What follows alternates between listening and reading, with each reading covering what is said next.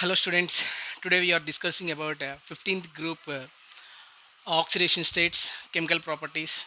Okay, on 15th group oxidation states, what are the 15th group elements? Nitrogen, phosphorus, arsenic, antimony, bismuth and mosconium Mc. These group exhibits -3, +3, +5 oxidation states.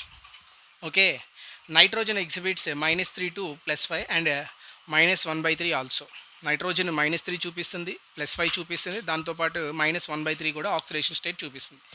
ఒకవేళ 15th group అన్నిటికీ -3 oxidation state కనుక ఉంటే వాటి stability పెరుగుతుంది. అదే మనకి +5 oxidation state కనుక ఉంటే స్టెబిలిటీ అనేది తగ్గుతుంది. -3 ఉంటే స్టెబిలిటీ అనేది పెరుగుతుంది, +5 ఉంటే స్టెబిలిటీ అనేది తగ్గుతుంది. -3 ఉన్నప్పుడు ఏం జరుగుతుందంటే ఎలక్ట్రాన్స్ని గెయిన్ చేసుకుంటుంది, అది ఆక్టేట్కి వచ్చేస్తుంది. ఆక్టేట్కి వచ్చినప్పుడు అవుటర్ మోస్ట్ స్టెబిలిటీ ఆటోమేటిక్గా ఇంక్రీజ్ అవుతూ వస్తుంది అన్నమాట. అదే +5 కనుక ఉంటే వాటి యొక్క స్టెబిలిటీ కూడా తగ్గుతుంది. Next nitrogen N-3 try negative ions అని అంటాం. నైట్రోజన్ ట్రై నెగిటివ్ అయాన్ అంటాం, ఈజీగా ఫామ్ చేస్తుంది. అదే మనకి ఫాస్ఫరస్ కనుక చూస్తే ట్రై నెగిటివ్ అయాన్స్ అనేది చాలా డిఫికల్ట్గా ఫామ్ చేయడానికి ఆస్కారం ఉంది.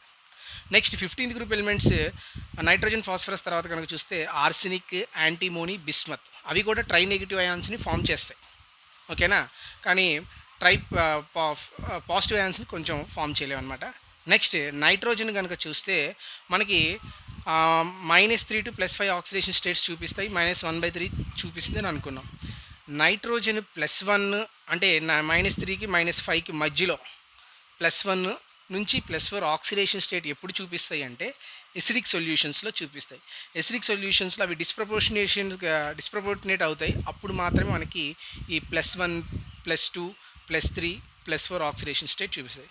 ఇక్కడ మనకి ఈక్వేషన్ ఇచ్చాం. సపోజ్ ఈ నైట్రస్ ఆక్సైడ్ని కనుక డిస్ప్రపోర్షనేట్ కనుక చేస్తే HNO3 H2O NO2 ఇక్కడ మీకు ఆక్సిడేషన్ స్టేట్స్ కనుక ఈజీగా మీరు క్యాలిక్యులేట్ చేసేయచ్చు. హైడ్రోజన్కి +1 తీసుకోండి, నైట్రోజన్కి తెలియదు కాబట్టి దాన్ని అలానే ఉంచుతున్నాను, ఆక్సిజన్కి -2 తీసుకుంటున్నాను. ఓకేనా, ఇలా అన్నిటికీ మనం క్యాలిక్యులేట్ చేస్తే మనకి నైట్రోజన్ ఆక్సిడేషన్ స్టేట్స్ +1, +4 చూపిస్తాయి అనమాట. నెక్స్ట్ ఫాస్ఫరస్ కూడా మనకి +5 ఆక్సిడేషన్ స్టేట్, -3 ఆక్సిడేషన్ స్టేట్ చూపిస్తుంది. ఏ కండిషన్లో చూపిస్తుంది అంటే సమ్ ఆల్కలీ సొల్యూషన్స్లో, సమ్ ఎసిడిక్ సొల్యూషన్స్లో ఈ ఫాస్ఫరస్ అనేవి చూపిస్తుంది అనమాట. ఇలా ఆక్సిడేషన్ స్టేట్స్ కనుక చూస్తే 15th గ్రూప్ ఎలిమెంట్స్ మనకి ఇలా చూపిస్తాయి అనమాట. ఈ ఖచ్చితంగా ఈ 15th గ్రూప్ పీ బ్లాక్ ఎలిమెంట్స్లో ఆక్సిడేషన్ స్టేట్స్ బిట్సాట్ ఎగ్జామ్స్కి అడుగుతున్నారు. బిట్సాట్ ఎగ్జామ్లో పీ బ్లాక్ అనేది మేజర్ రోల్ ప్లే చేస్తుంది కాబట్టి జాగ్రత్తగా చదువుకోవాలి. నెక్స్ట్ 15th గ్రూప్ ఎలిమెంట్స్లో ఎనామలస్ ప్రాపర్టీస్ ఆఫ్ నైట్రోజన్. ఈ నైట్రోజన్ కొన్ని ఎనామలస్ ప్రాపర్టీస్ ఉన్నాయి, అవి ఏంటో చూద్దాం. నైట్రోజన్ వీటిలన్నిటి మీద కనుక చూస్తే small size, next high electronegative element and high ionization potential కూడా చూపిస్తుంది. దీంట్లో నైట్రోజన్లో మనకి డి ఆర్బిటాల్స్ అవైలబిలిటీ అనేది ఉండదు. నైట్రోజన్ అటామిక్ నెంబర్ కనుక చూస్తే 7, ఎలక్ట్రానిక్ కాన్ఫిగరేషన్ చూస్తే 1s2, 2s2, 2p3 దగ్గర ఆగిపోతుంది. ఇక్కడ మనకి డి ఆర్బిటాల్ అనేది రాదు.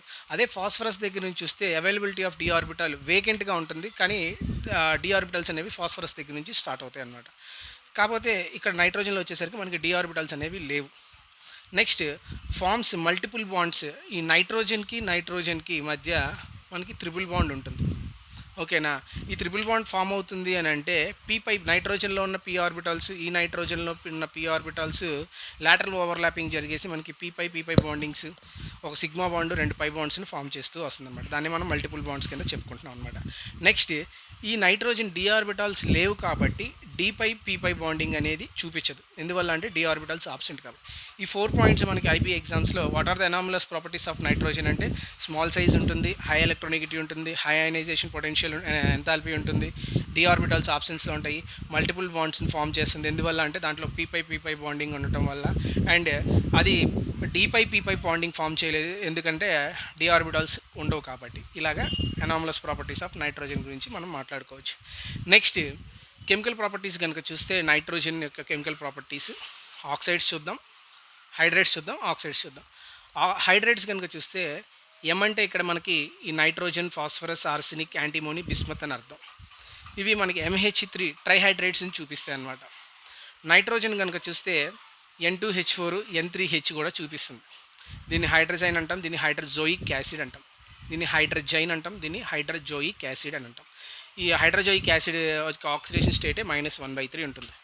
నెక్స్ట్ ఫాస్ఫరస్ కనుక చూస్తే డైఫాస్ఫేన్ అంటాం, మామూలుగా అయితే PH3 అని రాస్తాం,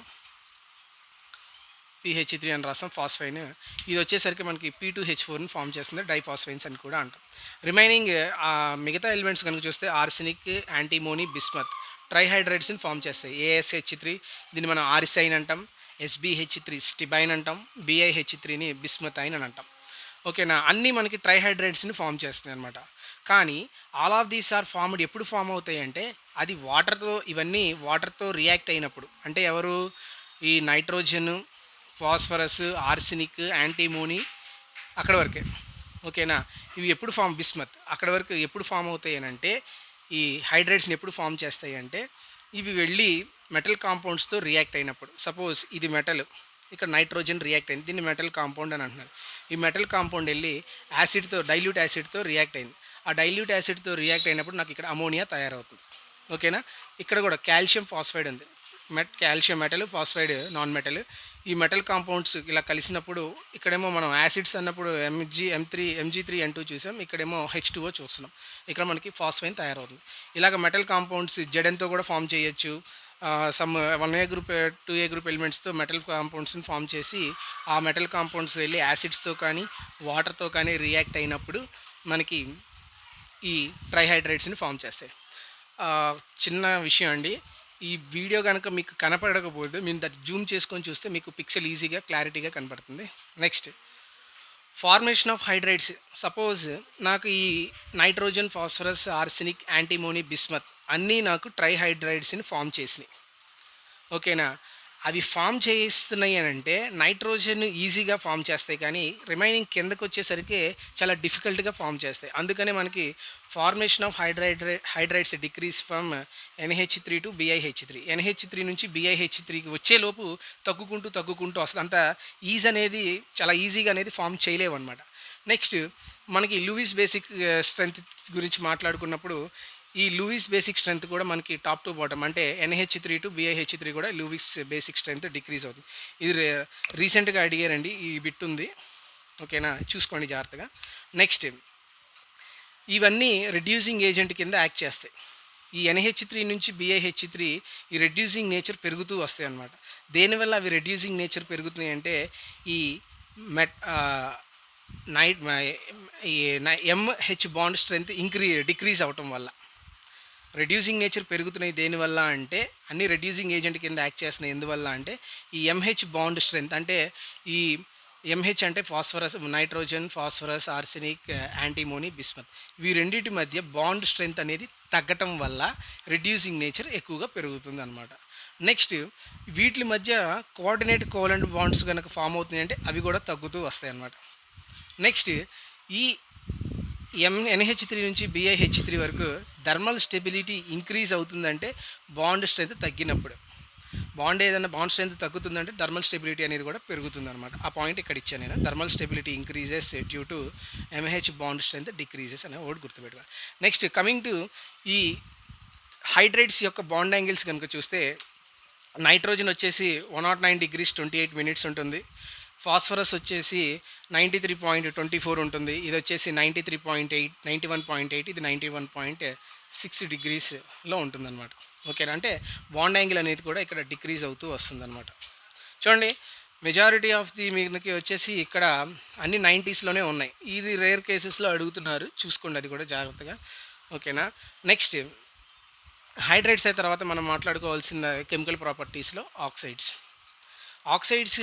15th group elements nitrogen, phosphorus, arsenic, antimony, bismuth, ఇవి మొత్తం మనకి ట్రైఆక్సైడ్స్ని ఫామ్ చేస్తాయి. దాంతోపాటు పెంటాక్సైడ్స్ని కూడా ఫామ్ చేస్తాయి. సపోజ్ అందులో నైట్రోజన్ కనుక చూస్తే N2O, NO, N2O3, N2O4, N2O5 ఇవన్నీ ఫామ్ చేస్తున్నాయి. జాగ్రత్తగా చూస్తుంటే ఇది ఈ రెండిట్లోకి వచ్చేసరికి oxygen high electronegative element compare to nitrogen. Oxygen forms multiple బాండ్స్ని ఫామ్ చేస్తుంది, అంటే డబుల్ బాండ్ని ఫామ్ చేస్తుంది, సింగిల్ బాండ్స్ని ఫామ్ చేస్తుంది. నైట్రోజన్ కూడా మనకి ట్రిపుల్ బాండ్ వరకు ఫామ్ చేస్తున్నాయి. ఆక్సిజన్ కానీ నైట్రోజన్ కానీ కనుక చూస్తే రెండిట్లో ఆబ్సెన్స్ ఆఫ్ డి ఆర్బిటాల్ ఉండటం వల్ల ఇవి ఓన్లీ మనకి పీపై బాండింగ్ మాత్రమే చూపిస్తున్నాయి అనమాట. నెక్స్ట్ వీటి యొక్క ఆక్సిడేషన్ స్టేట్స్ కనుక పెరుగుతుంటే వాటి యొక్క ఎసిడిక్ నేచర్ కూడా పెరుగుతుంది. When oxidation number increases, acidic nature కూడా ఇంక్రీజెస్ అని మనం చదువుకున్నాం అన్నమాట. ఇందులో హయ్యెస్ట్ ఎసిడిక్ నేచర్ ఉండేది N2O5. దాని తర్వాత కనుక కంపేర్ చేసుకుంటే N2O4, తర్వాత N2O3, తర్వాత NO, తర్వాత N2O. మీరు క్యాలిక్యులేట్ చేసుకొని చూసుకోవచ్చు వీళ్ళలో ఆక్సిడేషన్ నెంబర్ ఎవరికి ఎక్కువ పెరుగుతుంది. అంటే ఆక్సిడేషన్ నెంబర్ ఎవరు కనుక్కోవాలంటే నైట్రోజన్ కనుక్కోండి, ఓకేనా. అట్లా ఆక్సిడేషన్ రేట్ ఎప్పుడైతే పెరుగుతుందో అవి ఎసిడిక్ క్యారెక్టర్ కూడా పెరుగుతుంది అనమాట. నెక్స్ట్ తర్వాత ఫాస్ఫరస్, ఆర్సెనిక్, బిస్మత్, యాంటీమోనీ కనుక ఈ మూడింటి గురించి మాట్లాడుకుంటే అవి M2O3, M2O5 ఫామ్ చేస్తాయి అన్నమాట, ఓకేనా. ఒక్క బిస్మత్ తప్ప అన్ని పెంటాక్సైడ్స్ని ఫామ్ చేస్తాయి. బిస్మత్ మనకి ట్రయాక్సైడ్ వరకే ఫామ్ చేసి అయిపోతుంది, పెంటాక్సైడ్ అనేది ఫామ్ చేయదు బిస్మత్ అనేది. నెక్స్ట్ M2O3 ట్రయాక్సైడ్స్ కనుక వాటర్తో కనుక రియాక్ట్ అయితే మనకి OUS యాసిడ్, యాసిడ్స్ అని అంటాం. హైపోఫాస్ఫరస్ యాసిడ్, ఆర్థోఫాస్ఫరస్ యాసిడ్, మెటాఫాస్ఫరస్ యాసిడ్స్, అలాంటి OUS అనే లాస్ట్లో మనకి సౌండింగ్ వస్తుంది. అవి ఎప్పుడు ఫామ్ అవుతున్నాయి, ఎందుకు ఫామ్ అవుతున్నాయి అంటే ట్రయాక్సైడ్స్ వాటర్తో రియాక్ట్ అవ్వటం వల్ల. అలానే మనకి పెంటాక్సైడ్స్ కనుక వాటర్తో రియాక్ట్ అయితే మనకి ఇక్ యాసిడ్స్ ఫామ్ అవుతాయి, అంటే ఫాస్ఫోరిక్ యాసిడ్, నైట్రిక్ యాసిడ్, ఓకేనా. నెక్స్ట్ ఆర్సెనిక్ యాసిడ్, అలాంటివి మనకి ఇక్ యాసిడ్స్ అనేవి ఫామ్ అవుతాయి అన్నమాట. పెంటాక్సైడ్స్ వాటర్తో రియాక్ట్ అయినప్పుడు ఇక్ యాసిడ్స్, ట్రయాక్సైడ్స్ వాటర్తో రియాక్ట్ అయినప్పుడు యాసిడ్స్ ఫామ్ చేస్తాయి అనమాట. ఇక్కడ మనకి ఇచ్చాం P2O3 అని ఇచ్చాం, దీన్ని రాసుకుంటే P4O6 అని రాసుకోవచ్చు, ప్లస్ 6H2O వాటర్ మాలిక్యూల్స్తో కనుక చేస్తే మనకి ఆర్థోఫాస్ఫరస్ యాసిడ్ అనేది ఫామ్ అవుతుంది, H3PO3 ఫామ్ అవుతుంది. నెక్స్ట్ ఈ ట్రయాక్సైడ్స్, పెంటాక్సైడ్స్లో ఎసిడిక్ నేచర్ ఎవరికి ఎక్కువగా ఉంటుందంటే పెంటాక్సైడ్స్కి ఎసిడిక్ నేచర్ ఎక్కువ ఉంటుంది కంపేర్డ్ టు ట్రయాక్సైడ్స్ మీద. ఇలాగా ఈ కెమికల్ ప్రాపర్టీస్ హైడ్రైడ్స్, ఆక్సైడ్స్, తర్వాత హ్యాలైడ్స్ వస్తే అది నెక్స్ట్ వీడియోలో చూద్దాం. మీకు అర్థమైతే లైక్ చేయండి.